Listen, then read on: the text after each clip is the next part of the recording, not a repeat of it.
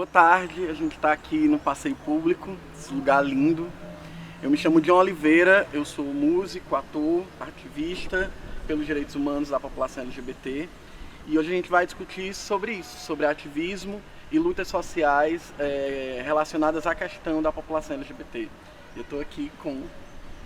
Eu sou Ari Areia, eu sou ator, jornalista, também sou militante dos direitos humanos e ativista LGBT e sou do meio das confusões.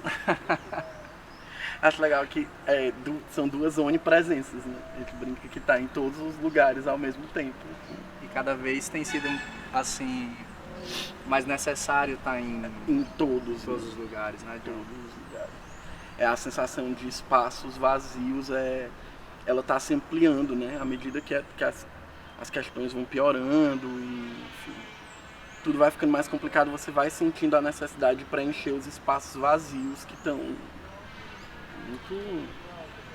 muito louco isso, porque há uns anos, se eu for fazer um resgate, pelo menos do tempo que eu tô nesse espaço até agora, eu nunca tive uma sensação ao mesmo tempo tão preenchida do ponto de vista da expressão, das pessoas ganhando direitos e tal, mas tão vazia no sentido da linha de frente.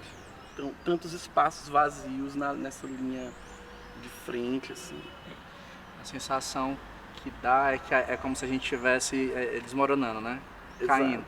Eu estava lendo esses dias o livro do Krenak, Ideias para Adiar o Fim do Mundo.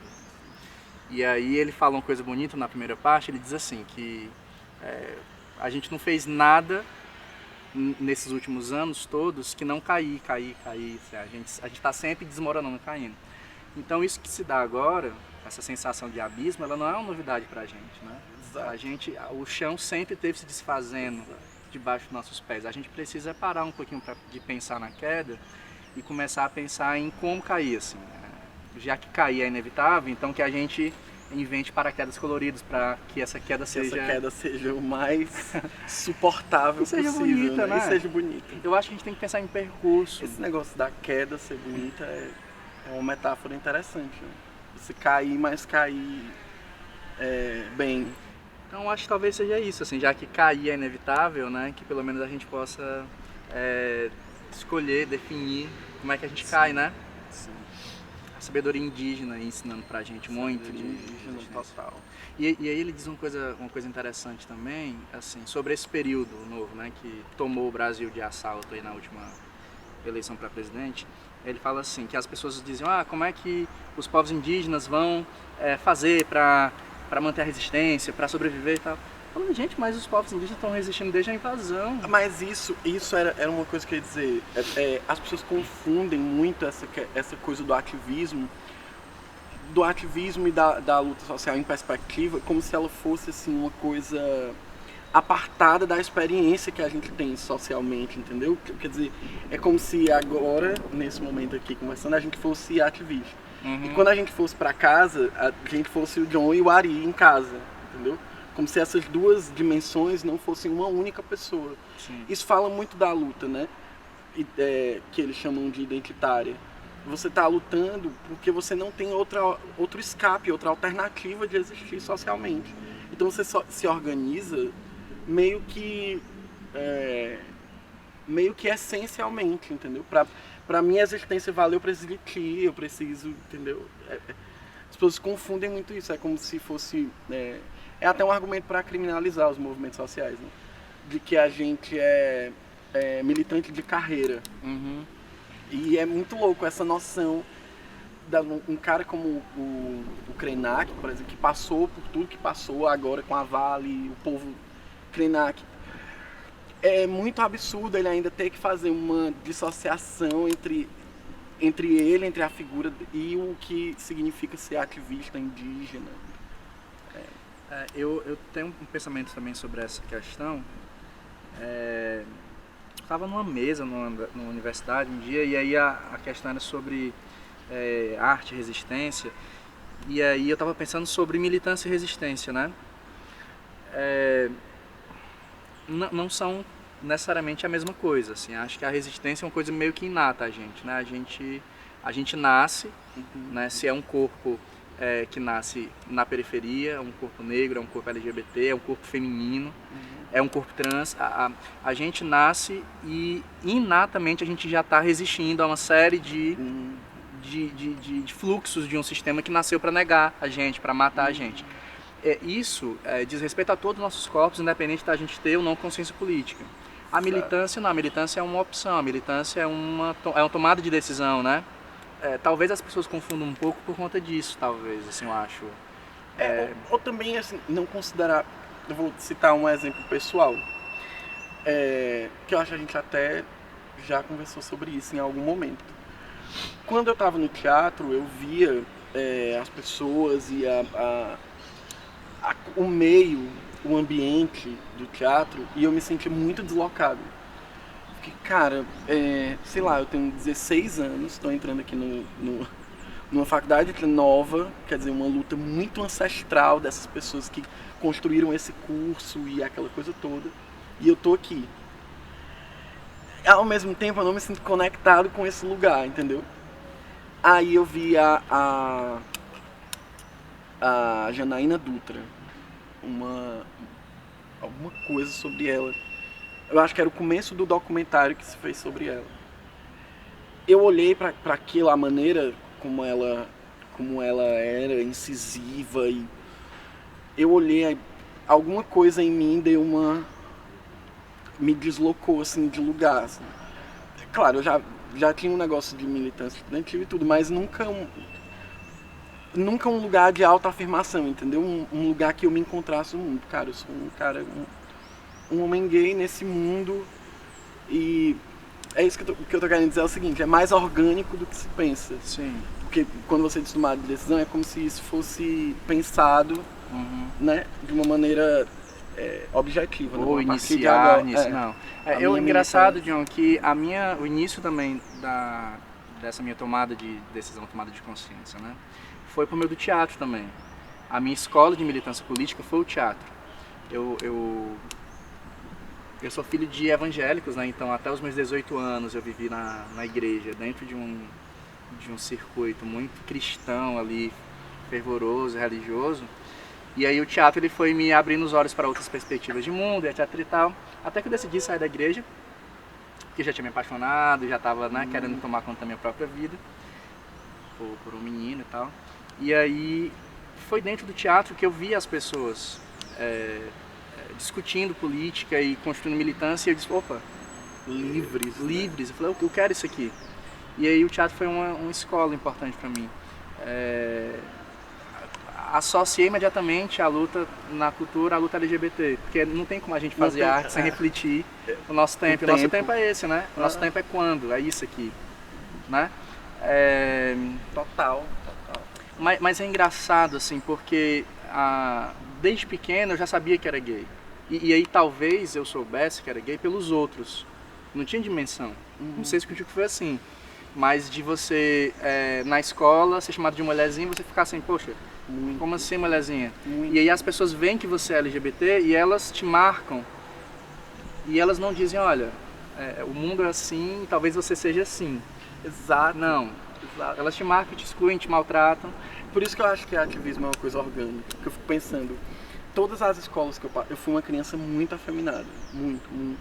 Porque eu convivo com mulheres. Minha família é muito matriarcal, de gerações e gerações de mulheres muito fortes, muito poderosas, e ao mesmo tempo homens muito fracos, muito torturados. Então, eu tinha essa referência. E em todos os ambientes sociais, essa coisa de jogar a bola na rua, de ir pra escola, eu era o ativista, entendeu?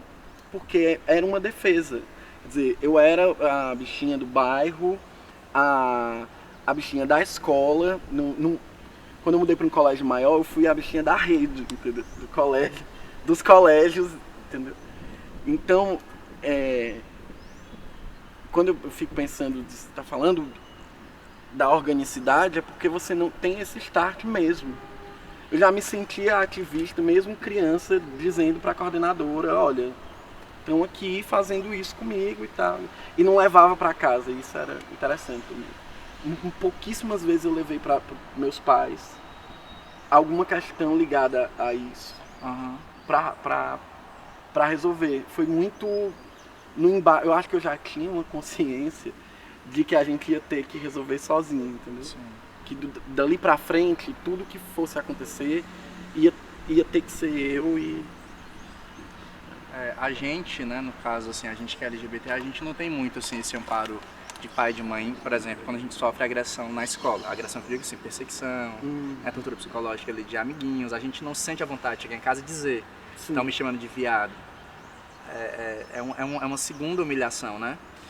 Mas essa coisa que você está dizendo, assim, sobre a organicidade, né, da disposição para colocar o corpo nas frentes de luta, a gente quanto LGBT, isso assim, sublinha, né, demarca como a política é intrínseca, porque isso é política, né? Tipo, a Hannah Arendt, ela fala que a política é o espaço entre a gente, assim, esse lugar do diálogo. Definição. Sabe, às vezes as pessoas dizem, esse ano é ano de política, o fulano só aparece aqui na época da política. A noção de política sequestrada dessa forma, ela vai engessando a nossa cabeça e impedindo a nossa percepção da realidade. Quando a gente entende que é quase que orgânico, não sei se é orgânico, mas talvez como nós somos seres humanos são seres, né, sociais, políticos, eu acho que é inato, mas acho que é orgânico. A gente tende a fazer movimentos de resistência, né? Acho que a política é esse espaço aqui entre nós, a gente constrói esse espaço, a gente vai criando redes de proteção, sim. Né? De forma de gritar. E isso tem a ver com o momento atual, né? Tava falando, eu pensando que eu comecei falando dessa ampliação do espaço de solidão, da gente que está na linha de frente, mas se você for parar para pensar, hoje em dia nós estamos de uma certa maneira mais enfraquecidos do ponto de vista institucional, né? Com companheiras e companheiros nossos muito adoecidos nesse processo institucional, mesmo os que são mais combativos. Mas há pouco tempo atrás, né? Sei lá, 7 anos atrás, a gente não tinha nenhuma retaguarda, assim, nem nossa, nem da população mesmo, LGBT, de estar na rua, que hoje já tem. Hoje se você... o caso da Stephanie foi presa, aconteceu aquela coisa com ela, imediatamente acionou-se uma rede imensa de pessoas que estavam ali. E para fora da bolha, né? Porque a grande crítica que se faz é que o movimento LGBT só fala para si. Mas foi totalmente fora da bolha, gente que nem milita na frente, assim, das questões do movimento LGBT. Então tem uma coisa positiva do ativismo, que é você conseguiu fazer com que essa... Acho que tem muito de cultura pop também, né? Mas assim, essa coisa, essa assimilação da luta, de não só essa coisa que a gente teve quando criança, de eu sou tal, isso extravasar, isso ganhar outros corpos em coletivo. Tipo, não sou mais eu, somos nós. Que essa dimensão a branquitude sempre teve, sim. A heterossexualidade sempre teve, né? Sim, isso é verdade. Eu estava pensando, assim, também esses últimos meses, você falou essa coisa de que, enfim, a gente tem uma compreensão de que a coisa não é mais tão isolada, tão, né, solitária e talvez seja um pouco mais coletiva. Eu acho que essa percepção da coletividade, né, do intrincamento das questões, ela é muito desse tempo, assim, é urgente desse tempo. Eu estava lembrando da música do Emicida, com a Pablo, a Maju, tem vários atravessamentos ali, que eu acho que tem a ver um pouco com isso. E a gente é artista, a gente tem que estar sempre se pautando pela música, né? Ou pela arte. Primeiro trazer o Belchior, né? De que ano passado eu morri, mas esse ano não morro, assim, essa frase sempre foi muito emblemática, muito bonita, a gente sempre diz isso nos réveillons. Mas isso nunca fez tanto sentido quanto agora, sabe? Entender assim, tipo, existe um projeto de morte, existe uma política de morte, e a gente veio morrendo até aqui. Assim, a gente veio morrendo até aqui, mas a partir daqui a gente não morre.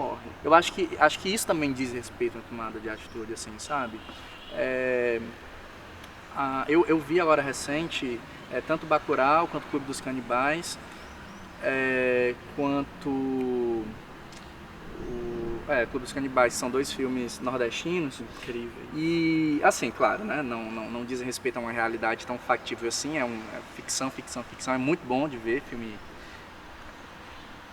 de gênero, mas o que eu fiquei pensando, assim, ficou reverberando também em mim, depois de ver esses filmes, foi o seguinte, tipo, diante de uma política de morte, que só faz a gente sangrar, a gente morrer, a gente precisa reagir De alguma maneira. a nível, assim, entendeu?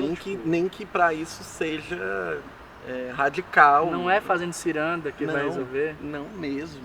E eu acho que isso é um start interessante, assim, tipo, não morre, acabou, matou até aqui, não mata mais.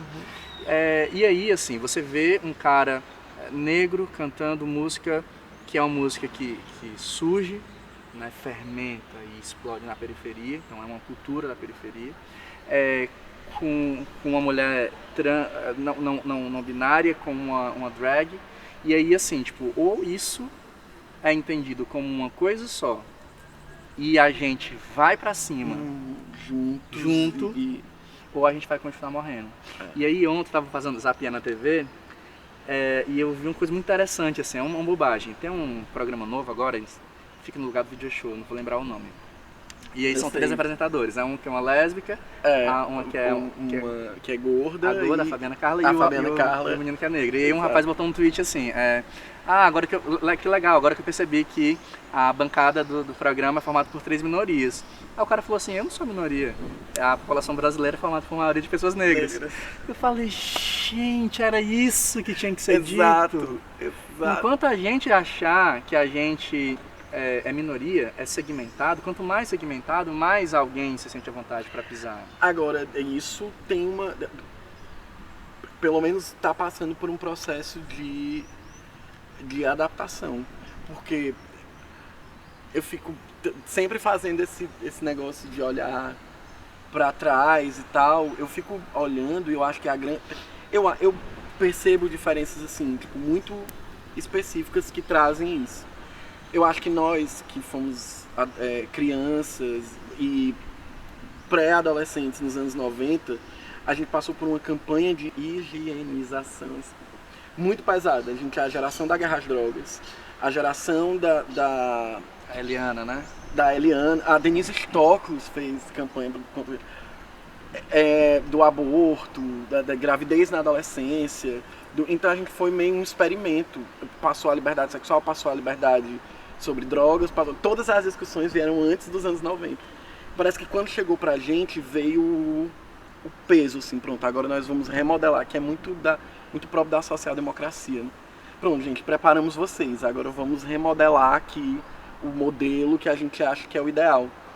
E nós, que a gente já tá por ali nos chegando nos 30, chegando nos 30. A gente foi se cansando desse processo. E a gente pegou uma juventude que não aceita mais esse processo. Mesmo. Que eles não estão nem aí para discussão sobre dessas que a gente fazia no colégio de trabalho. Eles não estão literalmente nem aí. Eles estão discutindo outras questões com outros signos e códigos que a gente não tem mais. Eu acho que deu essa... dialogando com o que está dizendo dessa guinada coletiva, porque veio esse encontro de gerações que há muito tempo não rolava, dessa geração nossa exausta, de gente, pelo amor de Deus, é sério, que vem pós governos do PT, vem uma estafa de, a gente chegou aqui, a gente conseguiu, a gente vislumbrou um horizonte de boas perspectivas. Não é. Com uma juventude que já vem irada desse processo, assim. Não vão me botar, sabe? Não vão botar policial no sarau na periferia, não vão. A gente vai fazer alguma coisa, nem que a gente vá preso com as caixas de som junto. Não, sabe? Esse encontro alimenta muito, né?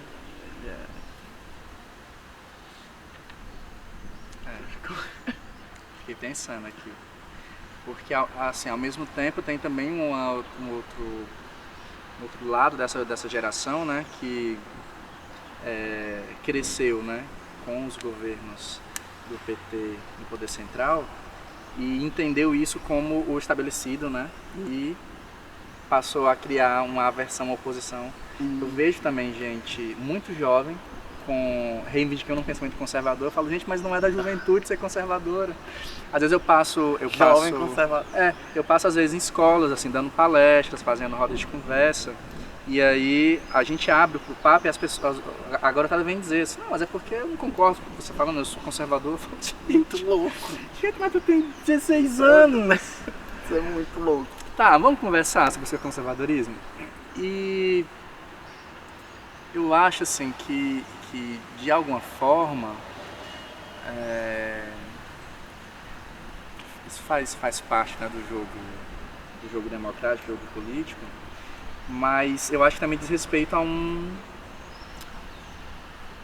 uma carência de invenção, assim, de encantamento. Eu acho que a gente se sentiu encantado. Eu era um jovem de 16 anos, por exemplo, que eu me encantei, tipo, de ver o Silvério Pereira no teatro, Sim. de ver o Bagaceiro no teatro. Sim. Falei, gente, eu quero fazer teatro, assim, tipo, o que é que tá encantando, que tá arrepiando essa galera de agora, pra galera dizer pra você na escola que ela um é jovem um jovem conservador. Tem alguma coisa arrepiando.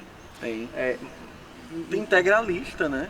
Agora a gente viu. E eu acho que a gente tem que pensar um pouco sobre isso, porque a gente acabou virando um alvo, a gente que eu digo militante socialista, militante LGBT, direito, a gente acabou virando um alvo, assim, quando esse cara diz, assim, que é um cara de 16 anos, que ele é conservador, na verdade é para tentar desestabilizar e dizer assim, olha, você não me encanta, você é um militante de esquerda, um militante socialista, um militante LGBT, você não me encanta. Não, que não... E a gente era o contrário, assim, tipo, a gente arrepiava de ver, porque a gente cresceu vendo o PSDB no governo, a social-democracia no governo. Exato. Então a gente sabia o que era o estabelecimento e a gente era contra aquilo. Mas e aí eu fico pensando, já que a gente é artista, a gente é LGBT, como que a gente lança mão desses paraquedas coloridos, assim, e provoca encantamento nas pessoas? Isso é uma questão. Isso é uma questão, isso não tem resposta agora, é claro, né? Mas... Porque também a gente não pode esquecer que a gente também está desencantado, né? A gente também está caindo, né? A gente também está caindo, então tem um ambiente de... Só que a gente cai igual o gato, né? A gente cai em pé e sai maravilhoso. Mas tem um ambiente também que desfragmentou, né? E rápido. Quando tu fala em encantamento, eu fico olhando, isso tem muito a ver com uma discussão teatral que eu vi um dia desse, que as pessoas estavam muito cansadas, era um teórico de algum lugar, que era brasileiro, dizendo que estava muito cansado porque os espetáculos brasileiros vinham sempre com a estética do fim. E que ele estava, é uma coisa bem Milton Nascimento, ele estava exausto, gente, vocês só falam do fim, fala pelo menos depois do fim, vamos esgotar o fim, agora e agora, né? Nem que a gente faça um Mad Max aqui numa distopia total, mas vamos pensar. E quando falo de encantamento, eu fico pensando nisso, desfragmento rápido. Tem uma hora em que você olha, assim, no geral, pra tudo que percorreu até aqui, eu digo de ativismo mesmo, de gente fazendo coisas. E você olha para o ambiente, hoje é como se fosse um esgarçamento. Eu não concordo com quem diz que não tem nada, eu também acho que não é assim, mas tem um atravessamento acontecendo, entendeu? Tem um esgarçamento, isso do jovem é de puxar ele para um outro lugar. Olha, não vai para aí não. Tem esse movimento rolando forte, assim. Quando tu coloca essa coisa do fim, assim, eu fico pensando, tá muito interessante o nosso papo aqui nesse banco, porque eu comecei puxando a história do Krenak, que são as ideias para adiar o fim do mundo, né? E aí ele fala que enquanto a gente tiver capacidade de contar novas histórias, de dizer novas histórias, a gente vai estar adiando o fim do mundo. E eu acho que isso tem muito a ver com o que a gente faz na arte. Mas isso tem muito a ver com o que a gente faz enquanto militante LGBT também. A gente é militante LGBT porque a gente quer contar uma outra história. E às vezes é uma história que não existiu até agora, assim, sabe? Eu quero uma presidente sapatão, eu quero uma presidente trans negra, eu quero um governador viado, eu quero um homem trans deputado. Essa história, ela não existe. Então a gente está... adiar o fim do mundo pra gente é a gente inventar outras possibilidades de contar a história. E aí eu arrepio dizendo isso aqui porque talvez o jeito da gente de não morrer, de dizer assim, a gente morreu até aqui. Até aqui vocês apagaram a gente, mas esse ano, a partir de agora vocês não matam, talvez tenha um pouco a ver com isso, assim, na nossa capacidade de continuar criando, inventando outras histórias. E aí talvez esse seja o desafio, né? O Krenak diz isso no livro, assim, como que nesses 519 anos os povos tradicionais conseguiram adiar o fim do mundo. O mundo foi acabando para eles. Como que um rio é morto do jeito que foi morto, e quantos rios são mortos, e quantas florestas são mortas, quantas comunidades inteiras são dizimadas. Eles resistiram até agora inventando outras histórias. E a gente precisa, talvez essa seja uma forma de cair com paraquedas coloridas, né? Total. Agora, ao mesmo tempo, a gente já vem numa crescente, quer dizer, a gente já demoliu a masculinidade não existe mais. É por isso que existem esses homens gritando e fazendo essas coisas horrorosas. E esse cara que está aí na presidência, de ser o último grito de expressão dessa masculinidade não existe mais. A gente acabou com ela no grito, a gente demoliu. Um cara hoje, a não ser que ele esteja muito bem amparado, porque os homens são muito cúmplices, ele ser o que ele poderia ser há 10 anos atrás, ser legitimado, tá tudo certo. Hoje em dia, se for em público, vai quebrar um pau e rolar. Existem espaços que a gente já conseguiu criar novas histórias, novas perspectivas. Eu sinto isso muito na minha família composta por mulheres. Eu vejo essa mudança, assim, que isso também não é trabalho meu, não fui eu que fui lá, não tem nada, do ambiente. O ambiente social. O ambiente social. Em algum momento rolou uma história de, cara, não, essa exaustão, não vou mais me submeter a isso. Não vou mais me submeter a isso, não vou mais comprar esse negócio aqui, vou construir outra história, e ainda que seja sozinha, pode ser melhor. Então, Eu falei um pouquinho da Arendt no começo, eu estava lembrando que ela diz alguma coisa também sobre como o nascimento de uma nova vida dá pra gente uma sensação de que as coisas podem, né, ser diferentes, serem... E aí eu sou tio agora muito recente, né? Eu tenho um sobrinho de 2 anos, que é a Maria Cecília, e uma de 2 meses, que é a Yara. Elas vão ver isso daqui a alguns anos, elas são muito novinhas. Espero que elas vejam um dia.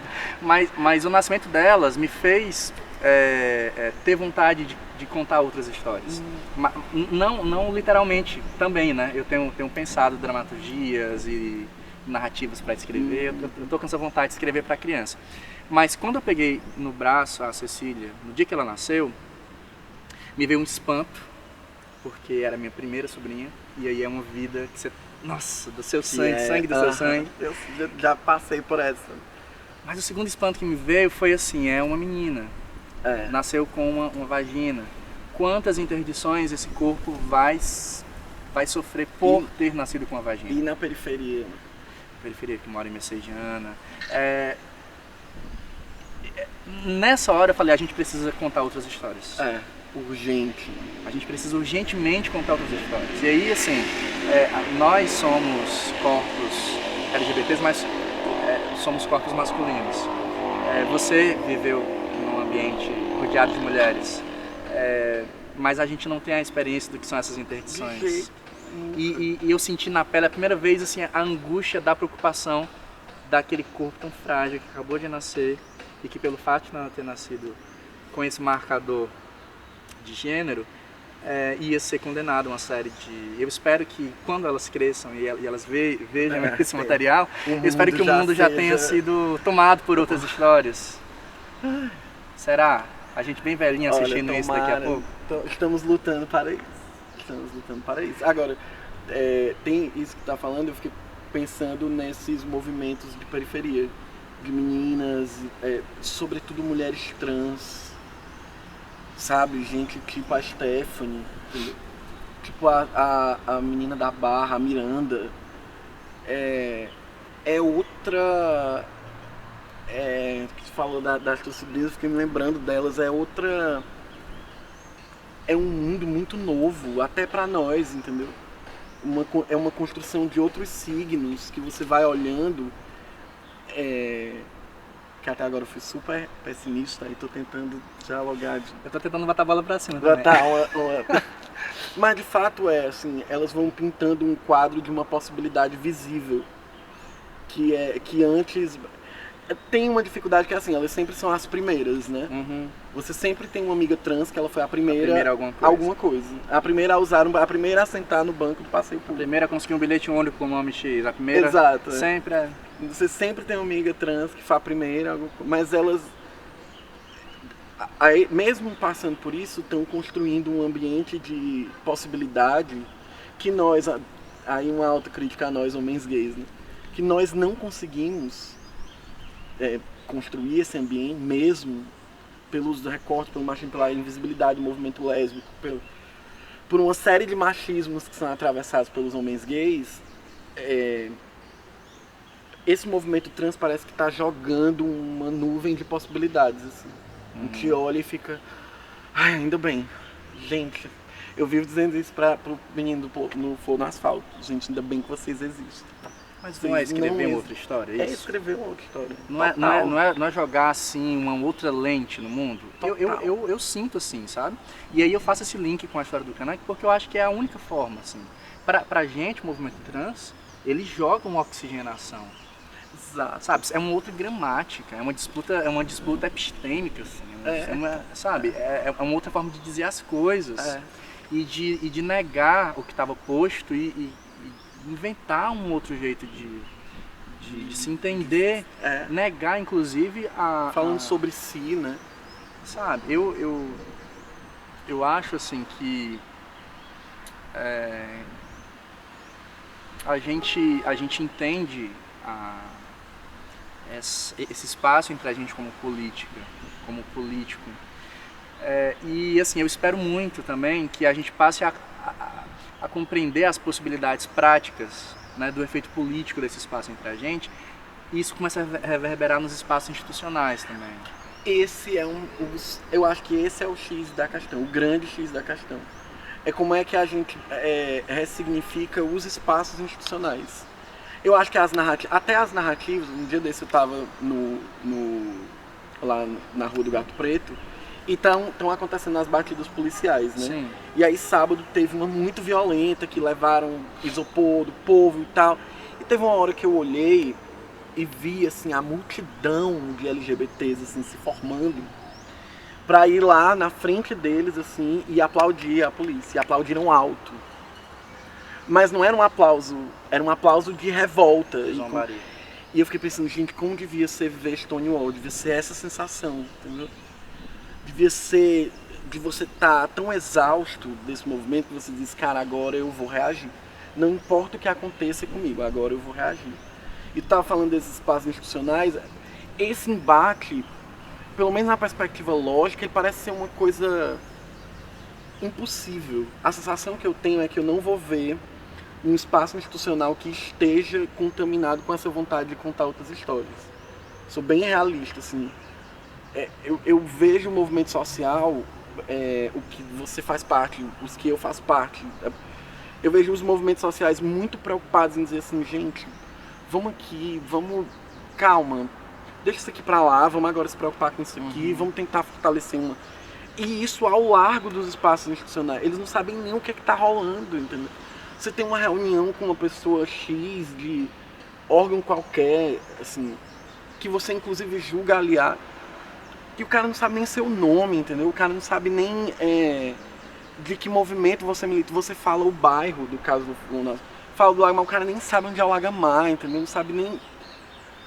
É tão triste isso, porque você fica assim, a gente que faz esse papel, de nós dois principalmente, Dário, algumas pessoas, fazem esse papel de estar na militância orgânica com a galera e estar no espaço institucional lidando com essas pessoas. Dá um nó que você fica assim, gente, e agora? Como é que a gente faz isso daqui? Vamos ocupar. Vamos ocupar. Trazer uma ocupação aqui outro dia. Eu queria muito assim que rolasse essa tomada assim, de consciência nesse sentido também, sabe? De não só de que é possível, como de que é necessário, de que é importante, que é urgente, porque a sensação que dá é de que não é. As pessoas não encaram a ocupação do espaço institucional como uma coisa importante ou como uma coisa, sabe, da pauta de hoje. E enquanto isso, né, a gente tem perdido espaço. A Câmara Municipal de Fortaleza, por exemplo, é formada por 33 vereadores que são anti-LGBTs. Exato. Só sobram 10. Conta nos dedos os que são aliados e aqueles aliados ainda meio... Sabe, cadê as travestis ali dentro? Exato. Eu fui lá com a Neta, tava com a Neta no dia da história da parada LGBT, um projeto da Larissa. E aí a Neta falou assim, gente, cadê as mulheres pretas, cadê as travestis? Eu falei assim, amiga, tá na hora da gente começar a se perguntar isso mesmo. De sabe? verdade.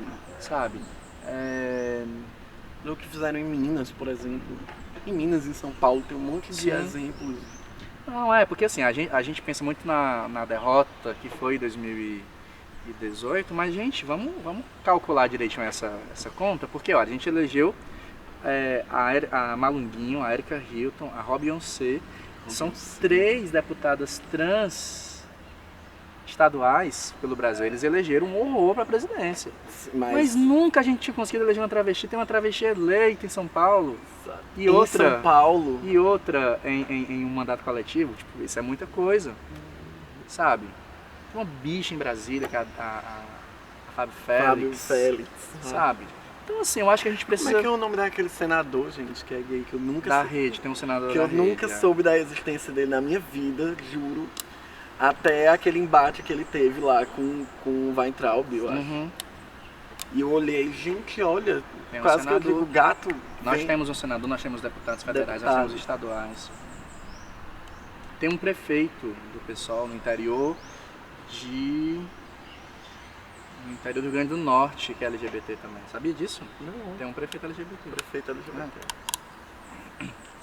Gente, eu ia dizer uma coisa tão indiscreta. Diz, besta. Só uma bobagem. Mas esse espaço institucional, ele é difícil de encantar. É difícil. Ele é bem difícil de encantar, né? É porque ele suga a gente, ele tem outra energia. Eu acho que a gente precisa entender assim, a gente não quer se transformar no que aquele lugar transforma as pessoas. A gente quer bagunçar. Desestabilizar, na melhor das acepções desse termo, sabe? Se a gente quer transformar ou transpor essa política do espaço entre a gente para aquele lugar que lá não é necessariamente o espaço da política, lá é o espaço da decisão. Sim. Uma decisão que é política e que reverbera nesse espaço entre a gente. Então assim, se a gente quer transformar aquele espaço, a gente precisa entrar lá, para ser como a gente é. E falar do jeito que a gente fala, e contar outras histórias, e disputar narrativa. E que é uma coisa necessária, assim, às vezes eu fico debatendo muito com os meninos, assim, gente, a gente precisa disputar orçamento, a gente precisa... Que a gente não entende disso, que a gente não entende, sabe? O ambiente político que eles criaram, ele é tão linkado que, assim, eles elegem uma bancada imensa de pessoas, inclusive a presidência da República, em cima dos nossos corpos, das nossas vidas. O discurso deles é só esse. O discurso deles não é econômico. O discurso deles não é de responsabilidade social. O discurso deles não é, por incrível que pareça, não é militarista ou nacional, como a gente entendia. Não é nada. Eles batem especificamente. Eles têm um inimigo público muito específico. Sim. E, ao mesmo tempo, a gente precisa criar toda uma outra construção de movimento social que seja capaz de discutir, já que eles não falam sobre isso, então a gente fala sobre isso. Então a gente vai discutir orçamento, a gente vai discutir política social, a gente vai na Câmara quando tiver um negócio para ir lá e apontar e incluir novos projetos, por mais que eles, enfim, estejam muito distantes da prioridade, mas a gente vai apresentar, a gente vai ter reunião com o secretário X para dizer que, olha, tem aqui esse projeto, isso existe e a gente precisa dar conta, porque senão não tem ambiente, né? Sim.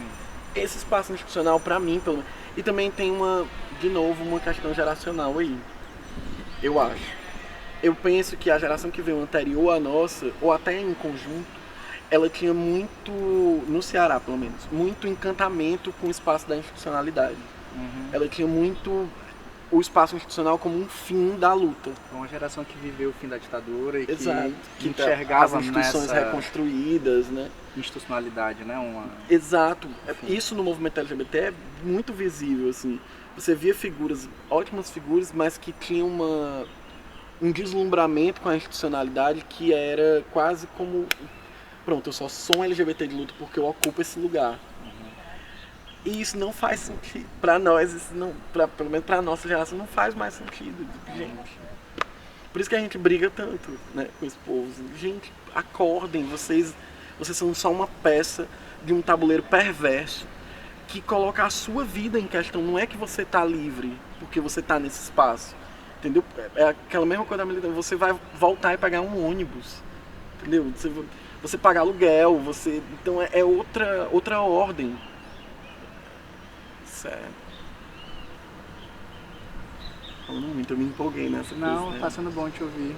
Eu fico louca com esse negócio de institucionalidade. A gente precisa entender, assim, que as coisas não se resolvem pelo simples fato da gente estar naquele espaço, mas as coisas ficam muito piores se não tiver alguém que fale pela gente. Ou se não tiver a gente falando pela gente, porque a gente sabe que os aliados eles são importantes, mas na primeira oportunidade em que essa pauta puder ser rifada, ela vai ser rifada. Porque o voto religioso conta mais, ou porque o voto da família conta mais, e aí não sei por que isso sempre se coloca como posição. Aliás, a gente sabe por que isso sempre se coloca como posição. Mas eu acho que a gente precisa, inclusive, disputar narrativas e contar outras histórias sobre isso, assim, sabe? Se colocar à disposição para ocupar esse espaço. Sim. Talvez, assim, tudo que a gente tem ouvido até agora sobre isso sejam coisas muito decepcionantes, coisas muito ruins mesmo, sabe? Mas só gritar nas galerias das casas legislativas não tem dado certo, assim, a gente tem que começar a gritar de dentro dos microfones dos plenários, né? Sabe, já pensou uma travesti deputada, uma travesti vereadora, uma lésbica, um homem trans, uma pessoa bissexual? Porra, isso é democracia. Sim. Sabe, eu acho que a gente nunca atingiu a sensação plena do que seja democracia. Pô, são coisas muito básicas que faltam. Acho que a política pública, toda a política pública, todo o pensamento de política pública devia ser atravessado pela preocupação com as vidas LGBTs, assim, né, como deveria ser preocupado com o pensamento da vida das mulheres, das pessoas negras, sabe, de você pensar uma educação que combata a violência LGBTfóbica. Isso é o básico, gente. A escola não pode ser um espaço propício à violência. Não pode ter uma pessoa que apanha na escola porque é gay, ou porque é sapatão, porque é trans. Isso é o básico. Quando você vê parlamentares religiosos se contraporem a isso, é a barbárie. Eles estão brigando pela barbárie. Então, assim, tipo, o papel do Estado é esse. Mas por que isso não avança? Porque não tem alguém lá dentro que tenha sentido na pele o que é ser chamado de viado. Ou do que quer que seja. Na escola. Total. Sabe? Pode parecer uma grande bobagem, mas não é. A gente sabe que não é. A gente sabe que os dados da evasão escolar são altíssimos. E o reflexo disso é a ausência de pessoas trans. Por exemplo, no ensino superior. Muitas mulheres trans acabam transicionando, não é? Depois de já estarem na universidade, a gente tem amigas, né, que passam por esse processo, mas uma pessoa trans que tem saído do ensino fundamental, do médio, diretamente para a universidade. A gente sabe onde essas pessoas estão, a maioria delas, na margem. Então na margem não à toa. E também tem uma coisa assim, que dispõe desse lugar para que a gente faça esse trabalho, né? Também tem muito isso, assim. Às vezes as pessoas acham que esse trabalho em educação especificamente, ele tem que ser uma coisa do movimento e não uma política pública de educação. Isso é uma coisa muito louca, assim. Eu pensando no ambiente da escola, todas as vezes que eu tive as discussões mais plurais na escola, foi através de algum movimento social. Convidado. Nunca foi a escola quem promoveu. E é que a escola que eu estudei era uma escola bacana, assim, tinha uns... Falta um pensamento mais integral, assim, né? Tipo, com diversos atravessamentos que dizem respeito também ao que a pessoa está aprendendo. Você vai aprender literatura, ou vai aprender biologia, ou vai aprender matemática. Exato. Como que aquilo está interligado com o teu cotidiano, com o teu dia a dia, para não ser simplesmente uma informação jogada, né, numa perspectiva, né, colonizadora, eurocêntrica. Exato. E que não é uma, talvez por isso não seja implementado. Não é uma tarefa simples mesmo. Não é simples. Todo ano a gente realiza no Forró em Boas Mostras. E aí eu vou percorrendo um monte de escola. A leitura sobre as questões, sobre tudo isso que a gente está conversando, numa escola, ela muda de um ano para o outro. Assim. E rápido. Essa coisa dos jovens conservadores, isso foi muito rápido. Foi de meses. Em meses que eu estava fazendo. Em janeiro eu estava fazendo uma mostra e foi maravilhoso e tal, barará. No final do ano já tinham, olha, não entre aqui, entendeu? Somos conservadores e é uma galera 14 anos. Não. E aí é ruim você ter esse termômetro porque você também não pode entrar na discussão pura e simples, né? Você tem que fazer uma... Não é como quem discute time de futebol. Exato. Né? Tem uma profundidade, tem diversas camadas. E tem camadas que são muito malucas assim, nesse processo todo. Esses últimos... Há mais ou menos um mês e meio eu fui para um velório. Aí foi de uma pessoa que era da... Meu pai é pastor da Assembleia de Deus, né? Aí eu fui lá porque era de uma pessoa que era querida e tal, uma senhora. E eu achei que fosse haver um susto assim, com a minha presença. Porque, assim, publicamente eu já sou um ativista LGBT, né? Todo mundo sabe. Entendi. As pessoas olharam...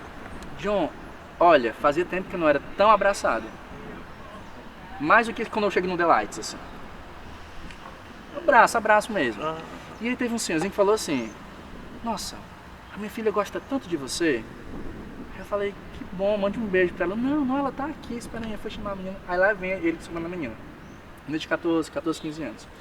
Eu admiro muito o seu trabalho e me abraçou. Eu falei, gente, o que é que tem no meu trabalho pra uma menina de 14 anos, na periferia de Fortaleza, evangélica, da Assembleia de Deus, me abraçar, emocionado, que admira o meu trabalho. Eu sou um militante LGBT, eu sou um artista que trabalha com a pauta LGBT. Então, assim, existem camadas dessa subjetividade que a gente não consegue alcançar. Alguma coisa afetou ali essa garota. Então eu acho que é possível dialogar com essa geração, sabe? Eu também. Por mais evangélica que essa geração seja. Exato. Eu tô começando a pensar em frequentar uns cultos, assim. Mas eu também acho. Demais. Essa geração de 20 pra baixo, eu acho eles muito geniais, entendeu? Tipo, na forma de se expressar, mesmo os evangélicos e tudo. Eles são muito mais do que a gente supõe, entendeu? Sim.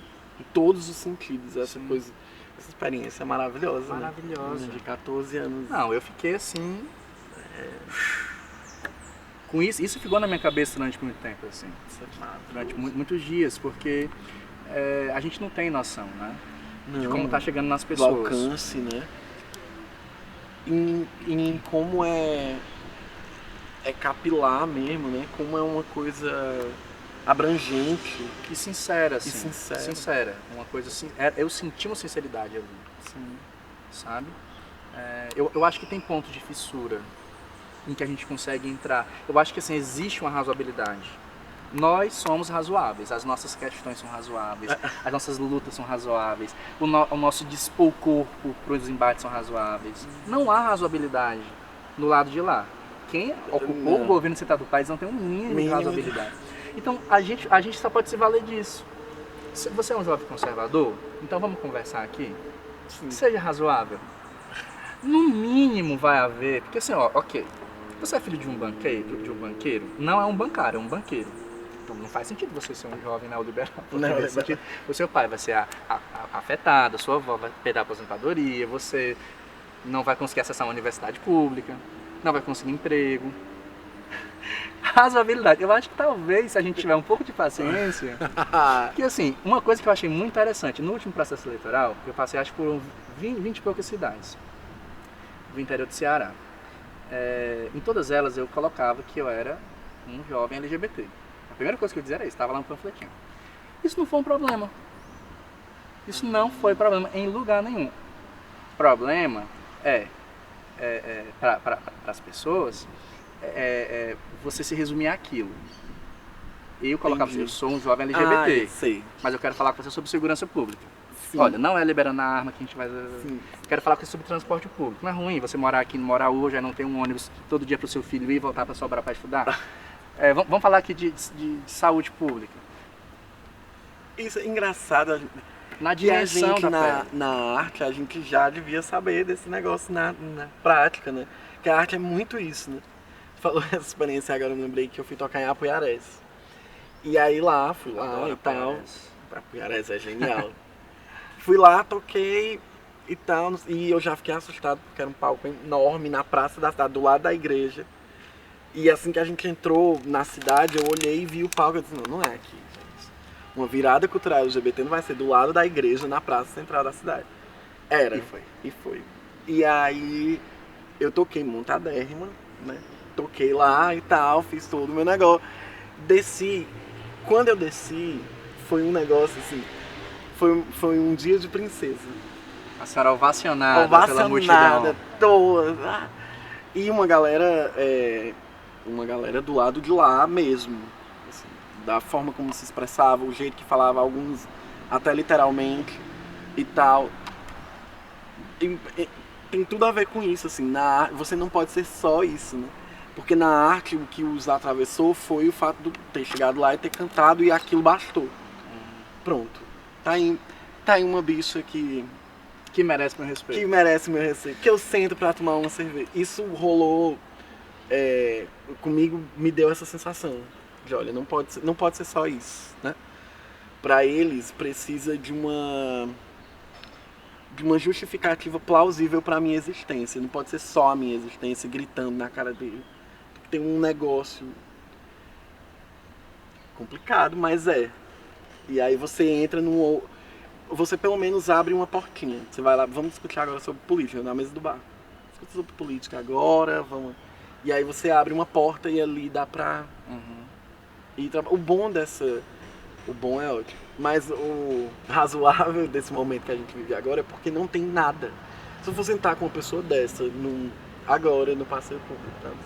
Pra perguntar pra ela o que é que melhorou, qual é a base da decisão dela em ter votado nesse... O que é que ela espera? Qualquer pergunta que aponte no mínimo um caminho, não vai saber responder porque não teve. Não teve na campanha, não teve antes, não tem agora. Não é um projeto. Não é um projeto. É constrangedor porque você é como ela, né? O que afeta ela, afeta você também. Mas é constrangedor nessa medida de que você constrói um ambiente assim, amigo.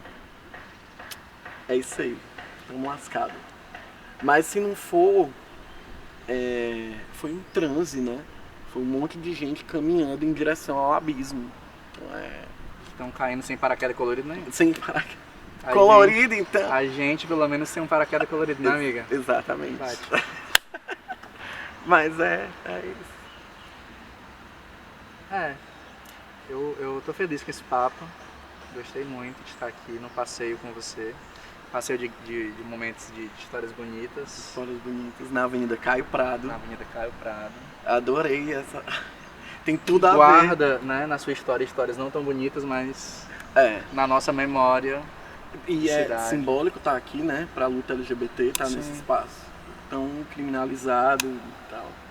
Muitas vidas aqui, LGBTs perdidas aqui nesse espaço.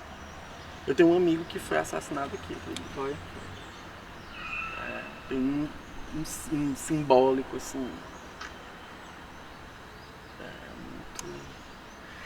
Tem um trechinho de um poema do Drummond que eu gosto muito, que se chama Homens Partidos, ou é Nosso Tempo, que ele diz o seguinte: as coisas talvez melhorem, são tão fortes as coisas, mas eu não sou as coisas e me revolto.